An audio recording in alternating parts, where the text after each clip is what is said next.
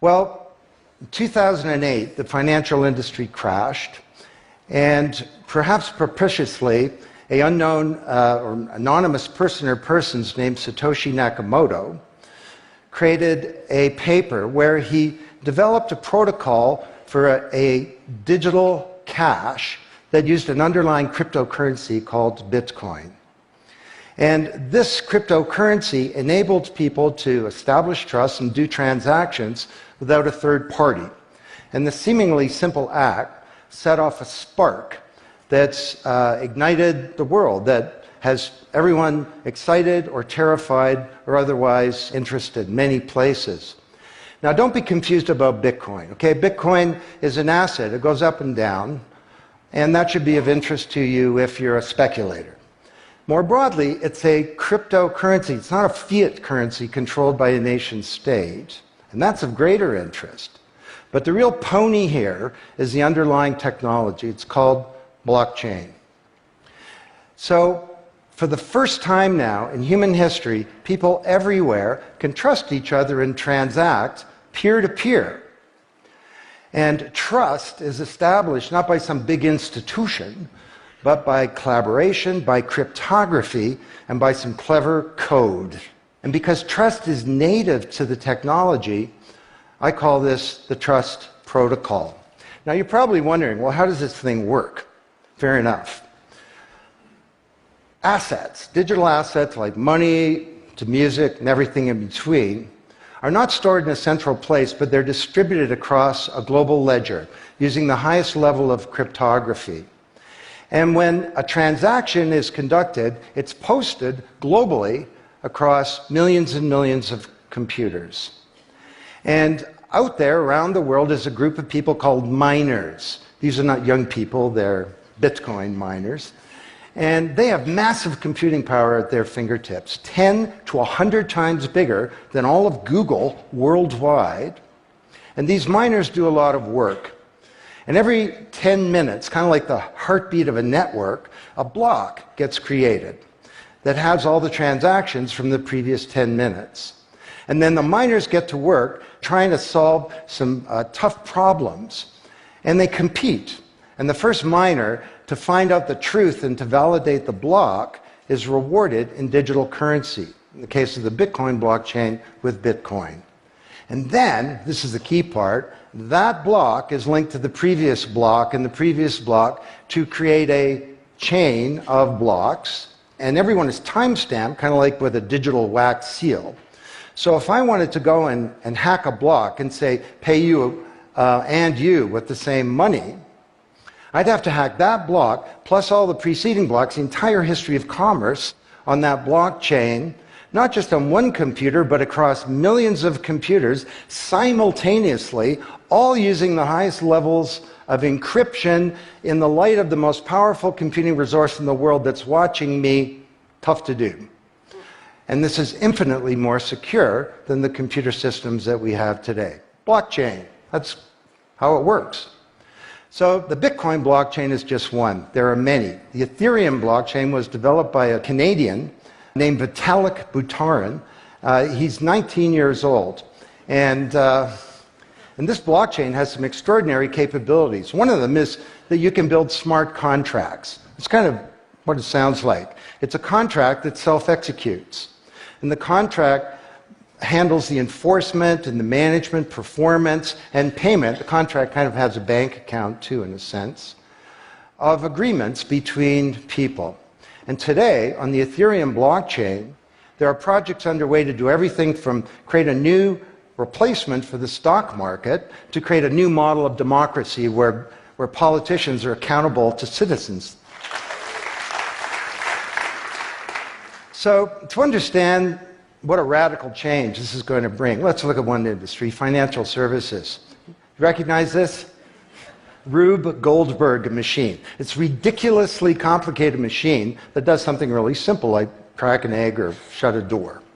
Well, kind of reminds me of the financial services industry, honestly. I mean, you tap your card in the corner store and a bit stream goes through a dozen companies, and each with their own computer systems, some of them being 1970s mainframes, older than many of the people in this room. And 3 days later, a settlement occurs. Well, with a blockchain financial industry, there would be no settlement because the payment and the settlement is the same activity. It's just a change in the ledger. So Wall Street and all around the world, the financial industry is in a big upheaval about this, wondering, can we be replaced, or how do we embrace this technology for success? Now, why should you care? Well, let me describe some applications. Prosperity. The first era of the Internet of information, brought us wealth, but not shared prosperity, because social inequality is growing. And this is at the heart of all of the anger and extremism and protectionism and xenophobia and worse that we're seeing growing in the world today. Brexit being the most recent case. So, could we develop some new approaches to this problem of inequality? Because the only approach today is to redistribute wealth, tax people and spread it around more. Could we pre-distribute wealth? Could we change the way that wealth gets created in the first place by democratizing wealth creation, engaging more people in the economy, and in ensuring that they got fair compensation? Let me describe 5 ways that this can be done. Number 1, did you know that 70% of the people in the world who have land have a tenuous title to it?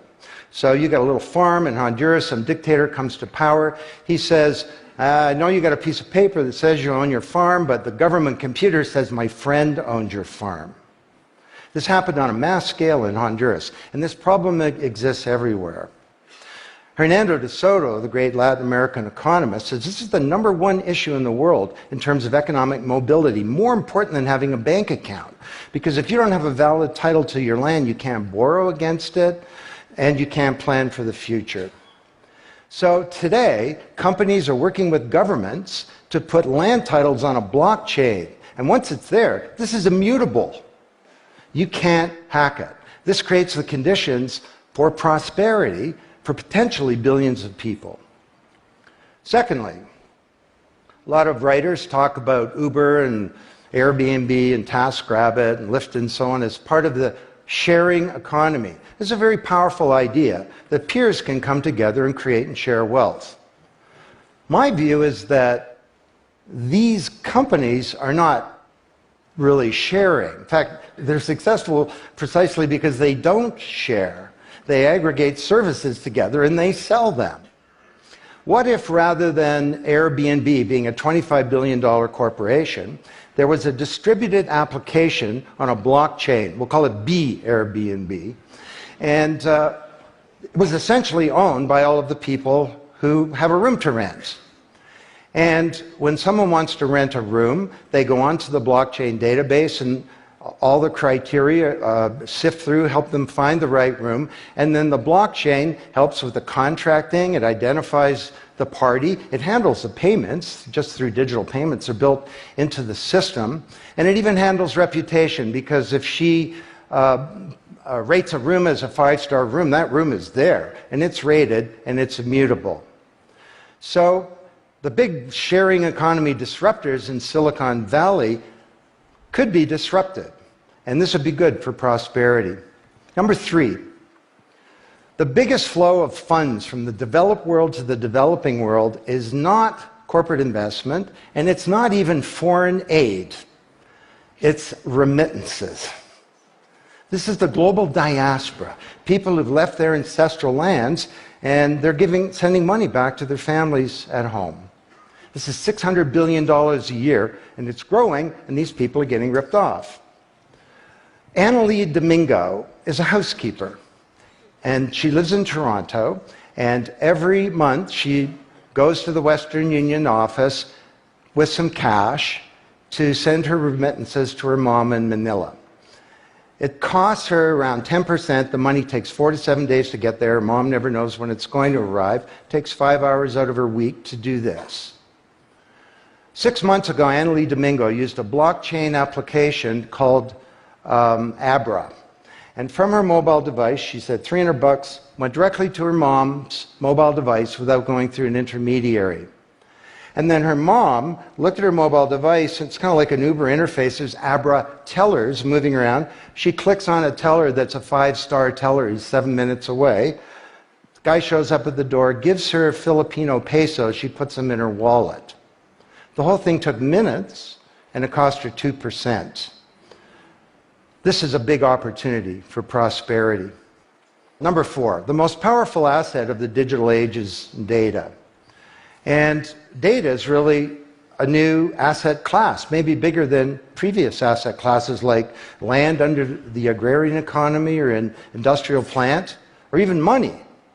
And all of you, we create this data. We create this asset. And we leave this trail of digital crumbs behind us as we go throughout life. And these crumbs are collected into a mirror image of you, the virtual you. And the virtual you may know more about you than you do, because you can't remember what you bought a year ago or said a year ago or your exact location a year ago. And the virtual you is not owned by you. That's the big problem.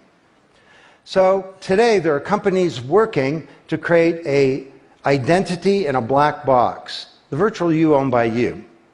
And this black box moves around with you as you travel throughout the world, and it's very, very stingy. It only gives away the shred of information that's required to do something. A lot of transactions, the seller doesn't even need to know who you are.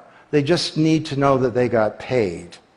And then this avatar is sweeping up all this data and enabling you to monetize it. And this is a wonderful thing, because it can also help us protect our privacy. And privacy is the foundation of a free society. Let's get this asset that we create back under our control, where we can own our own identity and manage it responsibly. Finally,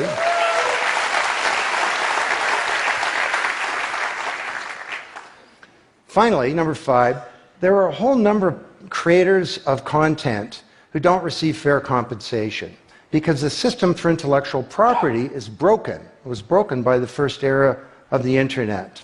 Take music. Musicians are left with crumbs at the end of the whole food chain. You know, if you're a songwriter, 25 years ago you wrote a hit song, it got 1 million singles, you could get royalties of around $45,000. Today you're a songwriter, you write a hit song, it gets 1 million streams, you don't get $45K, you get $36. Enough to buy a nice pizza. So Imogen Heap, the Grammy-winning singer-songwriter, is now putting music on a blockchain ecosystem. She calls it mycelium. And the music has a smart contract surrounding it. And the music protects her intellectual property rights. You want to listen to the song, it's free, or maybe it's a few microcents flow into a digital account. You want to put the song in your movie, that's different, and the IP rights are all specified. You want to make a ringtone, that's different. She describes that the song becomes a business. It's out there on this platform, marketing itself, protecting the rights of the author, and because the song has a payment system, in a sense a bank account, all the money flows back to the artist, and they control the industry rather than these powerful intermediaries. Now this is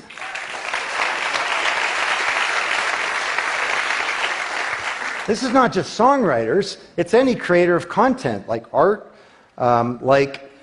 inventions, scientific discoveries, journalists. There are all kinds of people who don't get fair compensation, and with blockchains, they're going to be able to make it rain on the blockchain, and that's a wonderful thing.